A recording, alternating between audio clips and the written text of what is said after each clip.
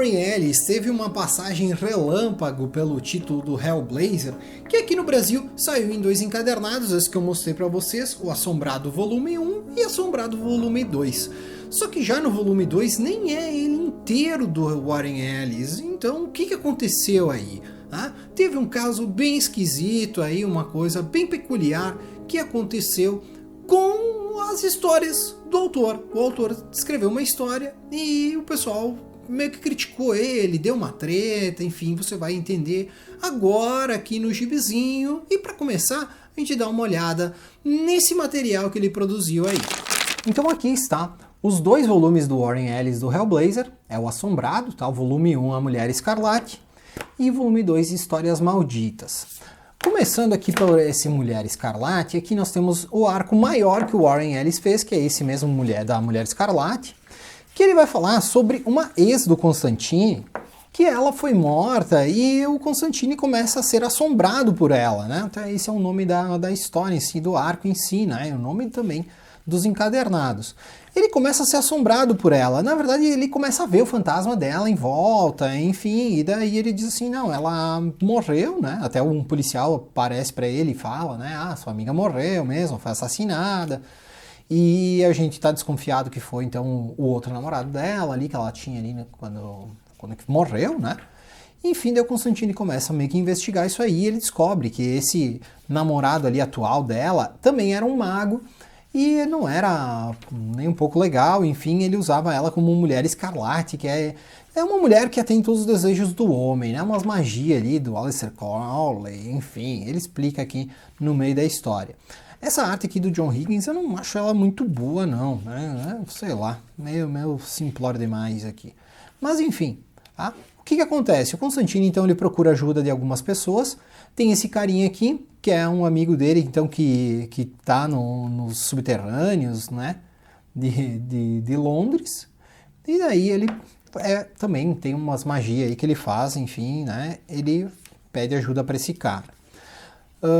Tem umas questões aqui bem legais aqui de arte aqui em alguns momentos, né, mas na questão narrativa. Também uma outra personagem que aparece aqui é esse carinha aqui, né? Que é um cara que faz com magia com crack. Olha só, umas loucuras aqui que o Ellis fazia. E, enfim, né? O Constantine vai atrás então daquele cara que matou a amiga dele. Mas quando que ele começa a ir atrás, vem uns carinha aqui que trabalhavam para ele, né? Para aquele outro mago. E batem no Constantine, e daí o Constantine dá mais raiva ainda. Então ele vai procurar como se livrar desse mago e de todo mundo aí que está envolvido. Enfim, lá pelas tantas o Constantine então dá um jeito de se livrar desses 2 capangas do cara, e ele pega o cara ali com a ajuda do policial, enfim, eles conseguem sequestrar o cara. Aqui nesse momento aqui, aquele carinha lá do subterrâneo, ele se livra então dos 2 ajudantes, olha só, vira uma geleia aqui, que eles são atropelados pelo metrô. E o Constantine, então, vai bolar uma forma de se vingar, né, daquele cara. Então ele vai lá com o seu amigo. Também tem umas coisas assim que vale ressaltar aqui, que ele fala sobre os fantasmas de Londres aqui nesse momento. É bem legal essa parte. Essa parte aqui específica, acho que é bem legal, porque ele está falando em geral sobre fantasmas da cidade. Tá? Enfim, vamos lá para a parte da vingança, que é o que mais interessa aqui dentro. Eles conseguem então pegar o carinha, esse carinha aqui, tá? Esse aqui que tá aqui correndo e tal. Eles conseguem pegar o cara ali com algumas magias ali de todo mundo envolvido. Eles sequestram o cara. Constantine taca um monte de ácido na boca do cara, né? Um monte de LSD.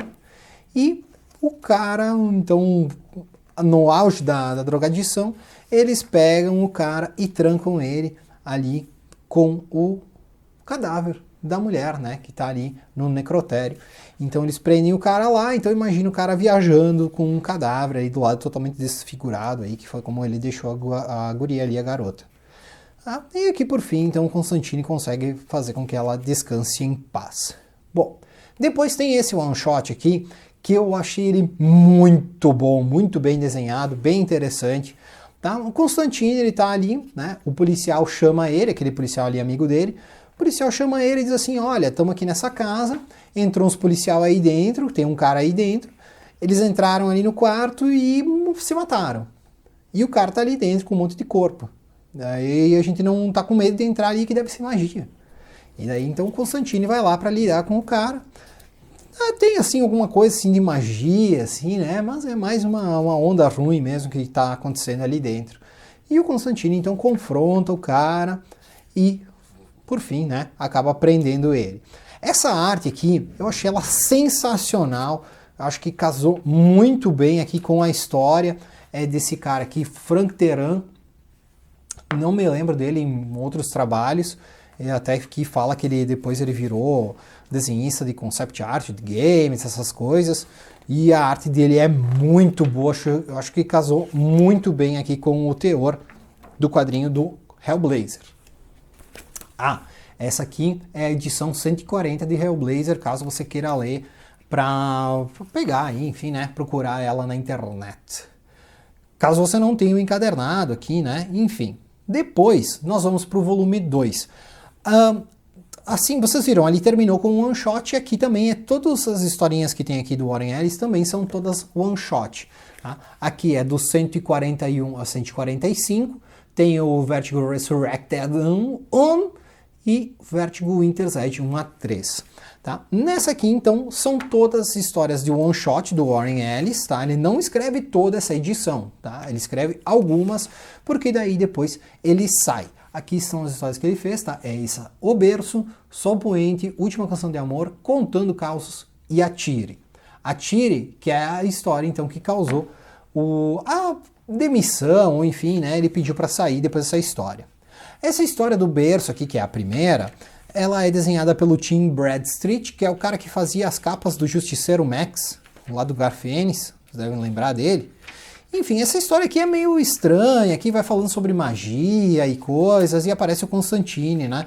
Esse carinha aqui é um escritor e ele tá estudando magia, ele tá estudando assim o berço do anticristo e tal, não sei o quê. E o Constantine então fala que magia só existe se você acredita e tal, não sei o quê. E daí ele desmente o cara, né? Ele mostra que ele não tinha esse berço aí que ele dizia aí que tinha poderes mágicos, etc. Tá? É uma história bem legal, assim, mas é um pouquinho estranha. Depois tem Sol Poente. Essa aqui eu achei ela pesada pra caralho. Ela é bem pesada. Tem uma história que aqui vai falar sobre um carinha que é do Japão, enfim, né? Daí tem essa moça que ela diz assim, o cara saiu daqui, ele voltou e ele tá loucaço no quarto, etc. Então tá ali o cara no quarto e daí chega lá o Constantine, né? E o cara diz assim, não, eu sou um japonês, eu lutei lá na Segunda Guerra Mundial, eu fiz um monte de atrocidades. E daí vai falar todas essas atrocidades que ele fez aí. Isso aqui são coisas que realmente aconteceram na Segunda Guerra, que os japoneses foram lá para um território lá da China e eles avacalharam com a galera, eles fizeram muitas atrocidades lá com os chineses. E aqui vai falar essa história aí, né? Então ele conta essa história aí com um monte de detalhe, bem pesado, enfim. Depois, até não é uma edição inteira, né? É só um pedaço. Daí depois vem a Última Canção de Amor, também que mostra mais ou menos assim aquela ideia que tinha ali na primeira história, que era do Constantine sendo assombrado por ex. Aqui tem um monte de ex dele e conta as histórias dela, enfim, né? E o Constantine tentando fugir dos fantasmas das moças. Tá? Depois tem o Contando Causos. Esse aqui eu achei ela bem legal, porque é o Constantine meio que inventando umas histórias para um jornalista. O jornalista diz assim que tem conspiração porque são reptilianos, que é a rainha é uma reptiliana, não sei o quê. E daí o Constantine inventa um monte de história lá pro cara. Mas é tudo mentira. Tá? Também é bem legal, assim, para dar essa avacalhada sobre conspirações, né, essas coisas aí. Enfim, né, essa aqui é a história que foi a última que o Constantine que saiu do Constantine do Hellblazer, ali, enfim, né, escrita pelo Warren Ellis. Depois vem o Atire. Essa história aqui, daí depois eu vou aprofundar um pouco mais para vocês. Vocês notem aqui a arte é do Phil Jimenez, né? Esse desenhista aqui que é espetacular. Temos essa moça aqui, que ela tá investigando, então, esses tiroteios em escolas, etc. E ela vê, né, o Constantine em diversas cenas que teve esses assassinatos aqui, o Constantine, né? Em diversos momentos ele aparece. E daí ela começa a se perguntar se ele tem a ver, né, algo com isso, né, com esses assassinatos. Constantine dá um esporro nela, enfim, ele fala que ele estava indo atrás disso por causa que uma das crianças que morreu era de um amigo, filha de um amigo dele, lá, filho de um amigo dele, enfim. E por fim, tem um vídeo aqui de quando que ele dá um assassinato aí na escola, e o Constantine fala para ela, olha o que a criança fala quando que a outra aponta a arma para ele. Então, quando que uma das crianças aponta a arma para outra, aquela que está com a arma apontada fala: atire. É uma história bem pesada, que essa aqui, né, não foi publicada na época, daí eu vou me aprofundar um pouco mais, daqui para diante é outros autores, aqui não interessa para nós, aqui o que interessa é o Warren Ellis entender esse cancelamento dele ali no Hellblazer, que daí nós vamos aprofundar um pouco nisso agora, você vai entender o porquê que ele foi cancelado, porquê que ele pediu para sair, depois dessa passagem bem curtinha dele no título do Constantine. Pessoal, ele ficou muito menos tempo do que os autores que estavam ali anteriormente, né? Ficavam bastante tempo à frente do título, como vocês já devem conhecer ali, né? Teve uma fase bem interessante com o Jamie Delano, depois aquela fase que é a mais exaltada por todo mundo, que é do Garth Ennis, depois também teve o Paul Jenkins, que daí já não é uma fase tão interessante assim, porém, depois entrou o Warren Ellis. Não era para ele ficar tão pouco tempo quanto que ele ficou aí, né? Mas aí aconteceu esse fato bem peculiar que eu não me lembro de algum outro autor ter passado por isso, que foi o seguinte: ele escreveu uma história chamada Shoot, que é em português Atire.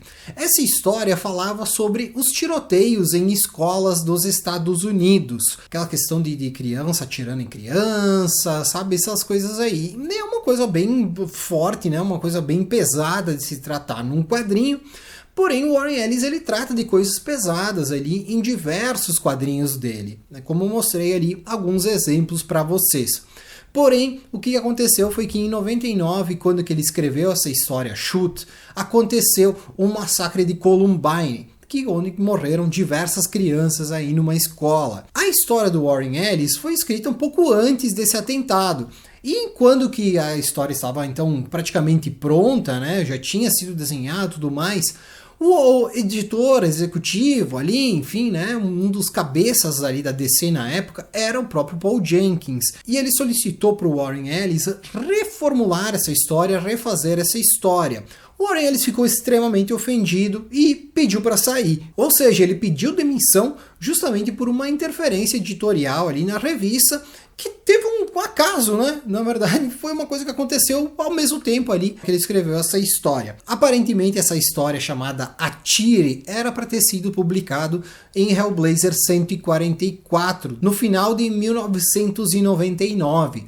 Porém, ela só foi publicada em 2010 nesse especial chamado Vertigo Resurrected. É uma história bem pesada, é que é um assunto bem pesado em si, né? Porém, a forma como essa história veio, como que ela está retratada aí, né? Enfim, porque dá pra se dizer, assim, que o Warren Ellis está dizendo que ali também a culpa é da vítima, sabe? Então, é uma coisa bem estranha de se colocar numa história, para não dizer totalmente lamentável, mas ela é uma história que dentro do seu contexto faz sentido, né? Mas o problema é justamente esse, porque aparentemente a própria criança que vai ser morta está pedindo para outra matar ela. Então, cara, é algo bem pesado, bem sinistro. Tanto que há não muito tempo o próprio Warren Ellis foi escanteado, foi descartado do sistema aí dos quadrinhos, enfim, né? Ninguém mais contrata ele justamente porque ele teve atitudes repugnantes, como a gente soube ali agora não muitos anos, né?